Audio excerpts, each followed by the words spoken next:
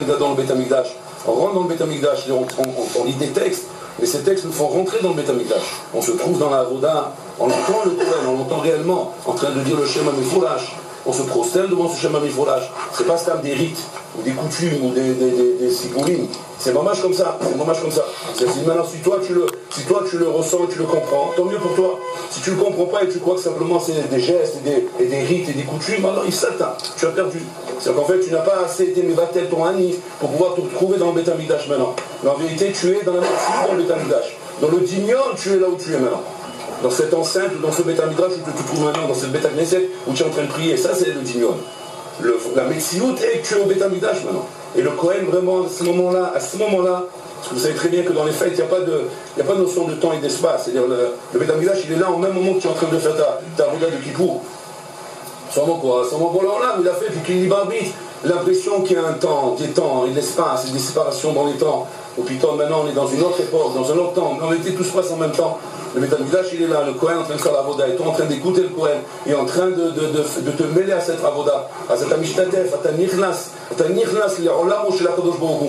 Tu rentres dans son Olam, parce qu'à ce moment-là, bon, le Olam, là où il est en train d'être au Beth Amikdash, en train de faire la Voda, avec le Kohen Gadol, avec les Kohanim, avec les Lévim. C'est ce qui se passe en ce moment le jour de Kippour. La Voda du Beth Amikdash est en train de se faire. Le Beth Amikdash existe là-haut, il est détruit en bas, matériellement, des pierres ont disparu. Mais le Beth Amikdash existe là-haut, et bon, l'Olam fait sa Avoda. Et toi, tu as l'opportunité maintenant de te mêler à cette Avoda, de rentrer dans cette Avoda.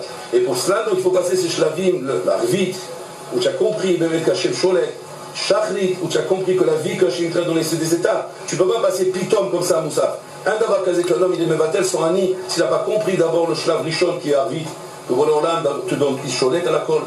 Et tu ne peux pas passer au ani quand tu ne peux pas passer par Shachrit, où tu as compris que la vie, c'est Hachem qui te la donne. Et seulement à ce moment-là, tu pourras passer au ani, au bitou du ani, qui te permet de rentrer dans la voda du Beth Amikdash.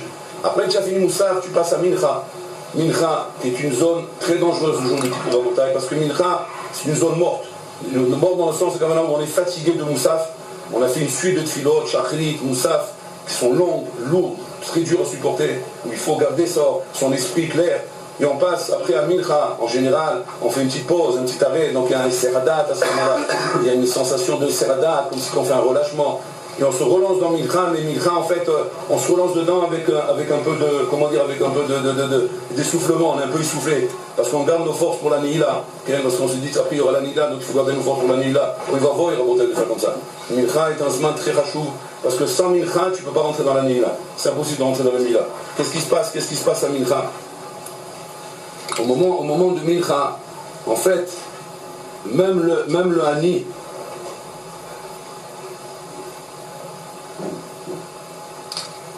au moment de Mincha, en fait, c'est de comprendre à Botaï que Sarakol, c'est pas seulement que tu mévatel ton Ani, mais qu'en vérité, rien n'existe devant Hachem. Que tout ça en vérité, c'est que la projection de son dignol. C'est la projection d'une imagination que Bolam a projetée dans leur âme, et on n'existe que dans le fruit de son imagination, Sarakol. Ça, c'est le massacre de Mincha. C'est-à-dire c'est Bitul Gamour, chez le Kol Mitzvut chez Baolam, Chutz Mitzvuto, sauf sa Mitzvutem.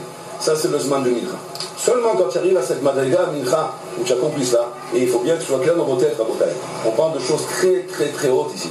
Et on entend bien.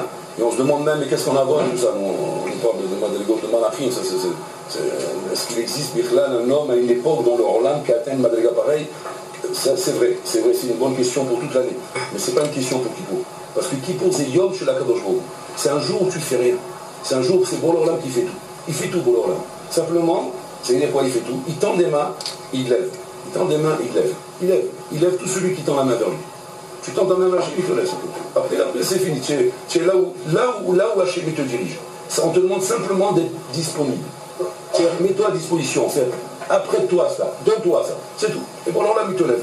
Tout ce qu'on est en train de dire, ce n'est pas des madrigotes qu'on doit construire de nous-mêmes. On est incapable de faire tout ça. Et là, l'Olam te prend. Seulement, au moins, il faut le vouloir. Et si tu le veux, l'Olam, il te prend. Et on arrive à la Nihila, Rabotai. À la Nihila, bébé, quand on était la dvikou totale avec l'Olam, la communion totale d'Ichlal, on est complètement avec lui. L'Ifnal, l'Ifnim, intérieur complètement, Rabotai. Ou bébé, si on pouvait voir la Madriga qu'on a atteint la Nihila, on se rendrait compte, Rabotai, qu'on a atteint la Madriga qui est encore plus haute que celle de Adam Alishon avant la faute. encore plus que Adam Moshe.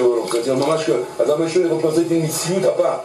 Là, c'est là qu'il n'y a plus mitzvot, on est complètement relié avec Akadosh Baruch Hu. Ça, c'est le programme de Kippour Rabotai. Le programme que les Hashem, nous allons essayer d'atteindre, qu'Hachem nous offre à atteindre.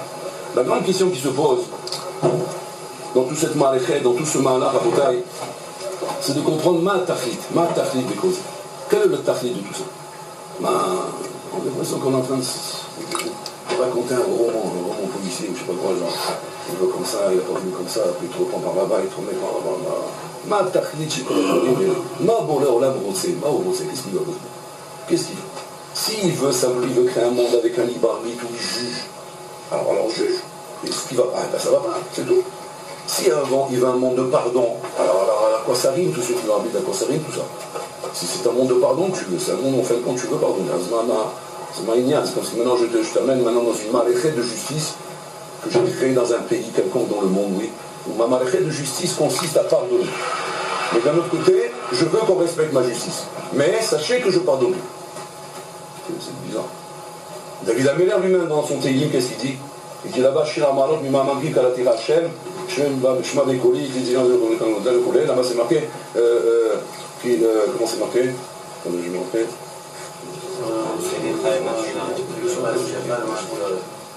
Voilà, commencez là, juste pas ce que tu viens de dire. Qui mecha selicha leman tivareh. David Améler, il dit quelque chose de bizarre là-bas.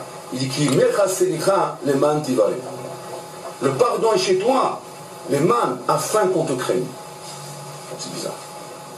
C'est-à-dire que en fin de compte, Hachem, qui nous caviarol, c'est nous comme on comprend. Mais dans sa maréchet, la maréchet qu'Hachem a fait, qui est une justice de pardon, et c'est l'unique maréchet rabotaï possible pour le craindre. C'est-à-dire on ne peut pas le craindre autrement que par le pardon qu'il nous donne. C'est bizarre. Alors que nous, c'est pas comme ça qu'on réfléchit. Nous, on a plutôt réfléchi de se dire qu'un roi qui veut absolument créer, comment dire, de l'ordre dans sa médina, de la crainte dans sa médina, ça serait plutôt un roi qui ne pardonne pas, qui ne pardonne rien. Je ne va taire clou. Que quoi que ce soit qu'on fasse, à la rapport on prend sur la tête. Ça, c'est une médina où on va trembler de peur tous les jours. On va plus dormir, les balles.